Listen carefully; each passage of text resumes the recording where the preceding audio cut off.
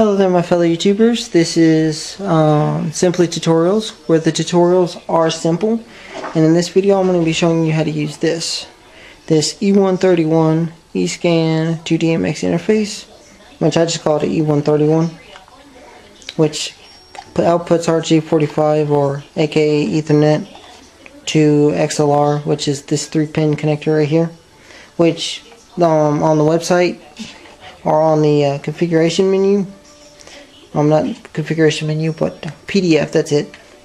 The PDF actually goes in depth, pretty good in depth of what little pins it uses, so you don't necessarily have to use an XLR. You can use pretty much anything to connect it to this DMX controller. And as you can see, I got this long cable going to XLR. First things first, you're going to have to make sure that you have the appropriate license in Light to use this. There is some free software out there on like Nutcracker and stuff like that, but I don't know how to use that really. I've just started using Light and I just took to it relatively quickly, so that's what I use. But you do need the advanced license. I will post a link in the description to where you can check to see what license you have. And all you have to do is put in the first 4 of your serial number, and it'll tell you what license you have, and then I'll post another link to see how much the other licenses cost, the one you need. It's not cheap, I'll tell you that. But anywho, the second thing we're going to want to do is set up the DMX controller to output the dumb RGBs. So I got my DMX controller, which we got all the pins, all the dip switches pointed down to 0, which there's a handy application that John from Listen to Our Lights, he shows you on YouTube, on his channel, shows you a really cool dip switch application. I forget the name of it, but I'll put a link to not a link, but I'll put a name to the application in the description. I have to go look on my phone, but it's really handy for dip switches, especially if you have more than one of these. Anywho, I'm going to go ahead and take these off so we can input the dumb RGBs. Okay, now that we got that off, we got our dumb RGBs, which the difference between dumb RGBs and smart RGBs is that basically dumb RGBs is, think of it like the military. You tell one soldier to do something, like right up, they all do it, you know. You're not just telling one soldier, you're telling the whole squad to do something. And that's basically what a dumb RGB is basically one does it, they all do it. So if you want one LED to turn green, the whole strand turns green. So you can't just have one do something. You know, pixels and smart RGBs, basically you can tell, you know, specific ones to do specific things. That's about as far as I know. If I'm wrong, please correct me in the comments. Anywho, I already took the liberty of cutting off the wires, the ends. Not very good, but you know, they'll work. And if you look, I don't know, let me see if I can get some light on in here so we can see that a little bit better. Okay, if you don't know how well you can see it, but we got the 12 volts, the ground, the red, and the blue. And what we're going to do is we're going to follow that right there. See where it says 12 volts at the very top, and the very top one happens to be, in this case, the white one. So what we'll do is we will go down to the DMX controller, and we'll see where it says, right there it says COM plus. I wish I brought my flashlight, but it says COM plus right there, which is this one right here. So we know that the white one will go into this one.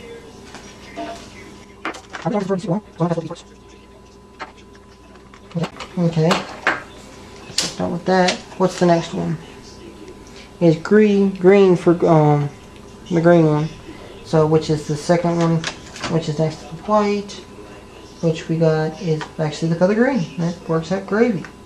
I like that. That don't happen too often. And we notice the green is the one next to the blue, which in our case is this one. It's the third one from the white. So now granted, not all the LEDs are going to be, or I mean not all these strip lights are going to be the same. So just make sure that you check on that. That's why we're going through this.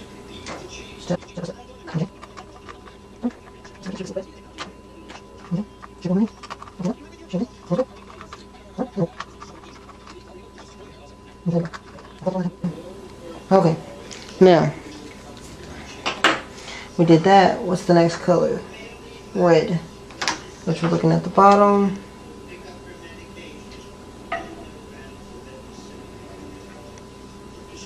Red goes next to the white one, between the white and the green. So now that we got that open, go ahead and shove it in there. Let's make it a little more so we can push it a little further back. I don't want it coming out.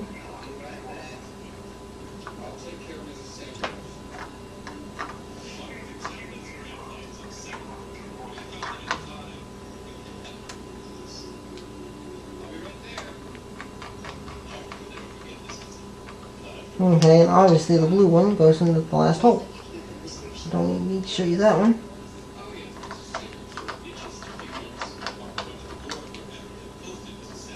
Okay.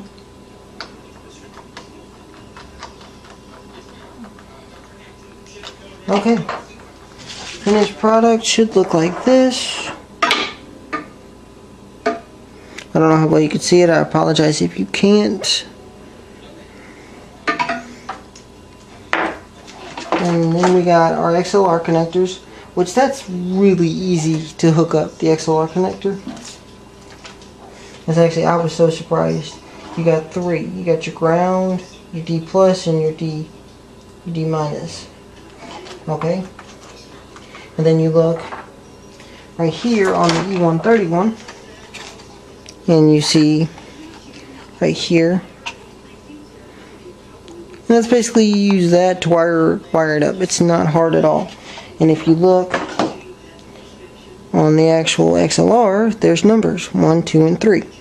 It's really self-explanatory. But if you do want me to go in depth on it, leave a comment. I will make a separate video just for you. Okay, now we got all that done. Then we need, that's pretty much it. We're going to connect this to that. Then hook it to Universe 1. And then apply power to it after we hook the RJ45 to the actual computer. Now if you use Rama before, you have a USB to RJ45 dongle. We're not going to use that, not for this. This runs solely off of Ethernet. So we're going to go straight to the Ethernet port. That's why it's recommended if you're using multiple one of these to get a hub. They're not expensive, they're actually really cheap. You can buy a cheap one and a ridiculously long RJ45 cable. But that's pretty much it for the actual hardware part of things. The only other thing left is to make sure that you have the correct software and installed, and we're going to do that now. Let me adjust the camera. Let me zoom in a little bit.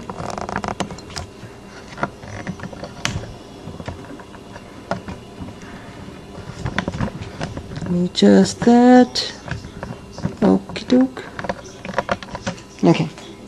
Now, I spent a while trying to figure this out, and the only thing I was doing wrong was I didn't have the upgraded software, the Rama Suite 4. And I don't have it on my laptop yet. I was saving it so I can go ahead and get it with you guys, so we all know what's going on.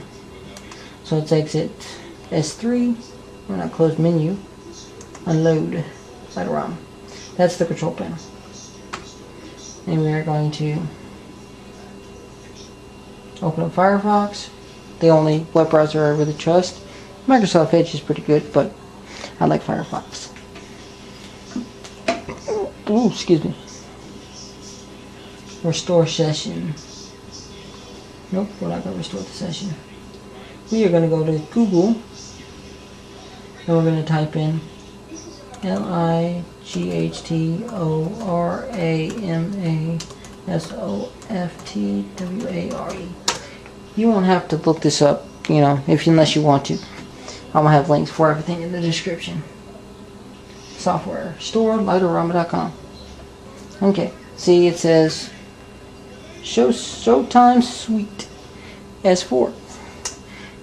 And if you look, this is the page I'm going to leave in the description. I don't know how well you can see. Get this chair out the way. Might be able to get y'all a better picture of it, or video. It's actually, my new tripod. I'm actually liking it a lot.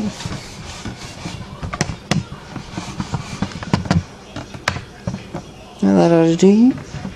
That'll do fine. If not, like I said, I will post links in the description. Okay.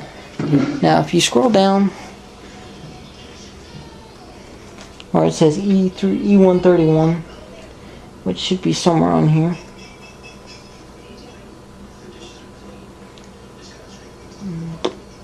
Yeah, right there. E1.31 protocol support.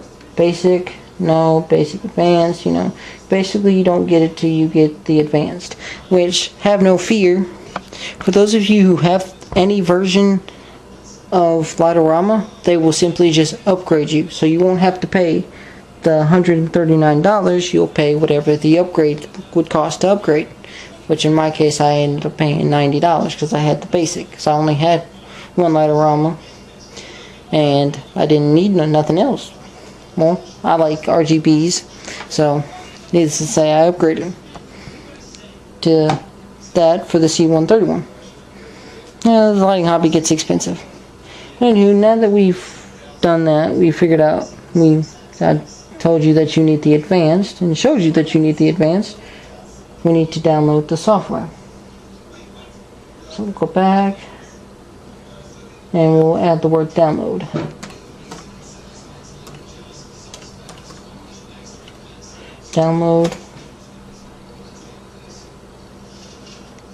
Download software right there.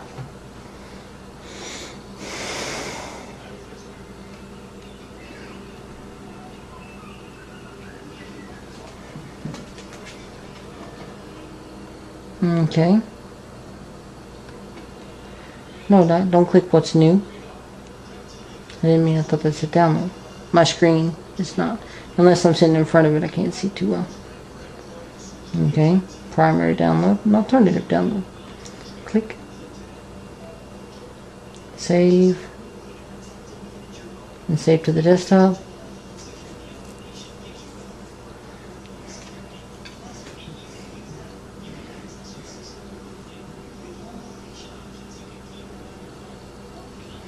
Okay. And it's downloading right now. I don't have a necessarily good Wi-Fi connection right now. So I'm going to come back to the video when it is done downloading. Okay. It's done. It actually finished quickly, more quickly than I expected it to. Let's go ahead and install it.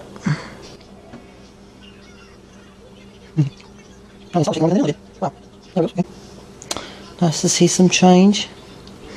Okay, computing space requirements, which obviously I can do it. I hope. Like I said, this is my older laptop, so that's all good. It has Vista on it, so next.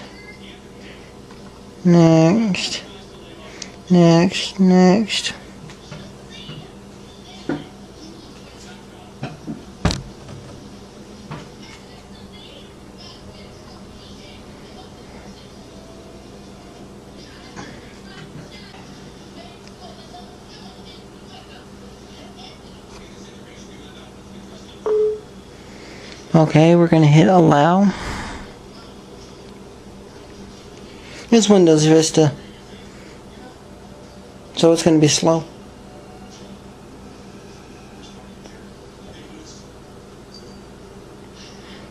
We'll let that finish up.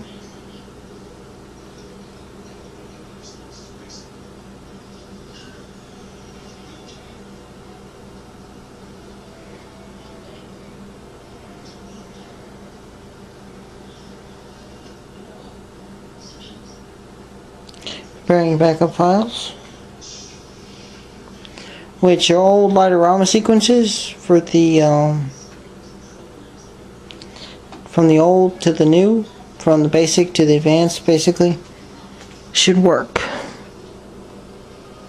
I can't use any of my old sequences. Oh, I could. I just have to add on to them from last year because I have 2 light ramas this year, and I got a E1.31. Anyway, let's finish up. There we go. Now we're going to run the light rama control panel. Please wait while Windows configures light rama.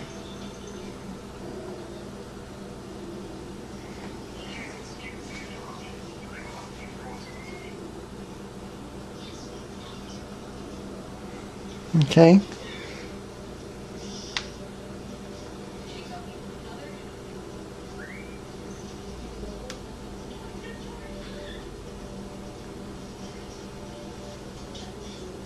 Just trying to set up DirectX for me. Just give it a second. I have Windows 10 on my other computer, so I need this to say I didn't have to install most of the stuff before. Fatal error during installation. That's not good. Let's open it again.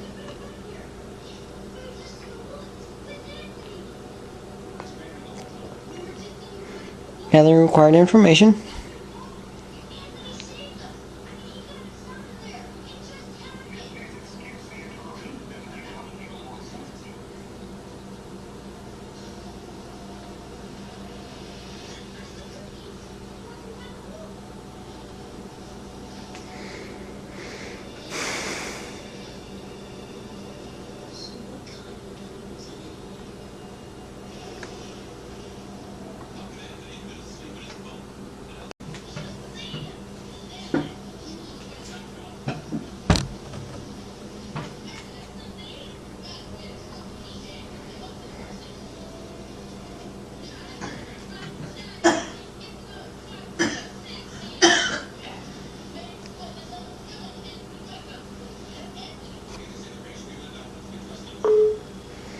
Okay, we're going to hit allow. It's Windows Vista, so it's going to be slow.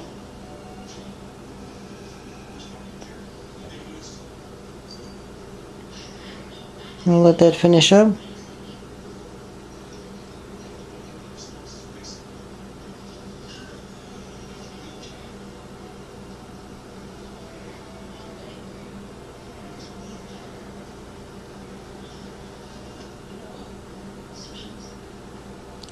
Preparing your backup files,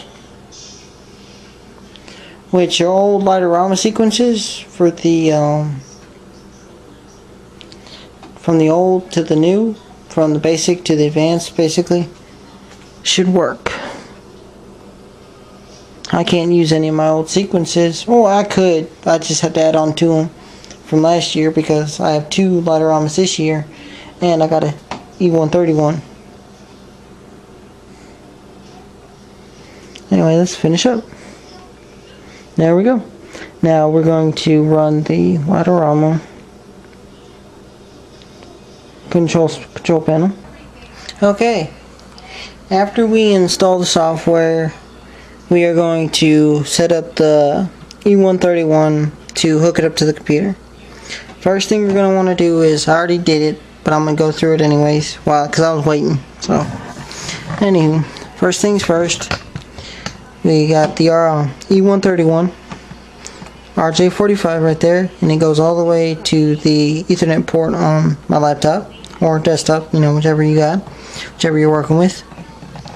And then we got the DMX controller hooked up via XLR right there, which goes to this RJ45 into the E1.31.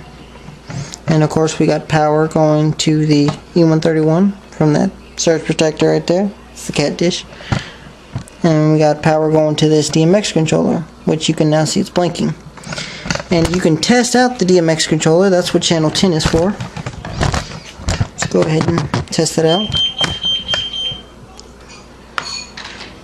and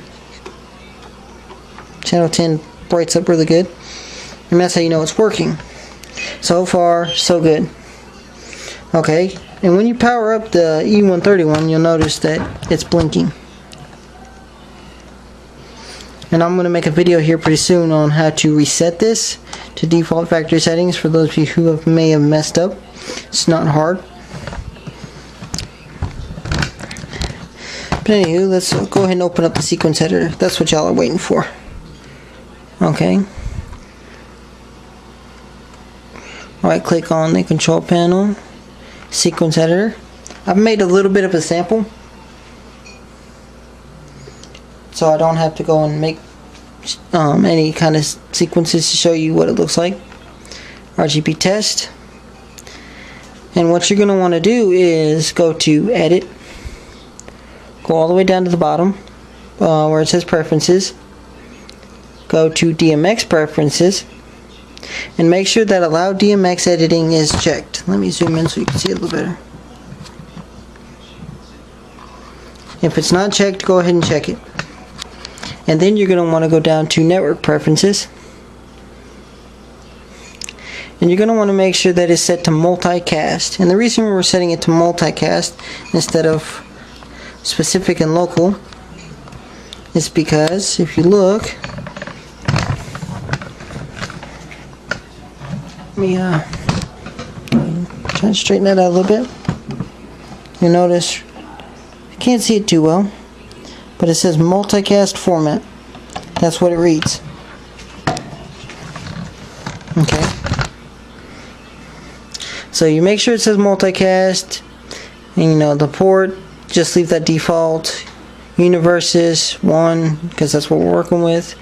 Hit OK, and then you're going to hit apply, which is going to say if you make any changes, then it's going to say you need to restart your Light Rama suite, which is easy. You just go here, right click, and unload Light Rama, and then you make sure the visualizer, the sequencer, anything Light Rama is all closed, and then you open it back up again. And then you want to make your sequence, which I already did, and we're going to hit play, and you'll notice that it's working. And that's it. It's not hard. It's very easy. If you want to go into more detail on this stuff, I will have a link in the description for a guy that goes in a little more depth.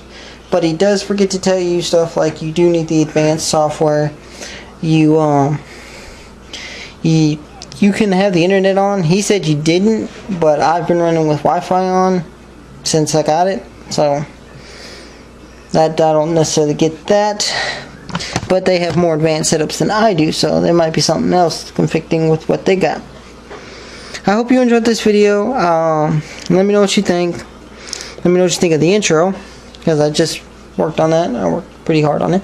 And there's more tutorials to come. If you have any questions, feel free to leave a comment. If you have any suggestions for any videos, you can always leave a comment, you know. And I hope to see you in the next video.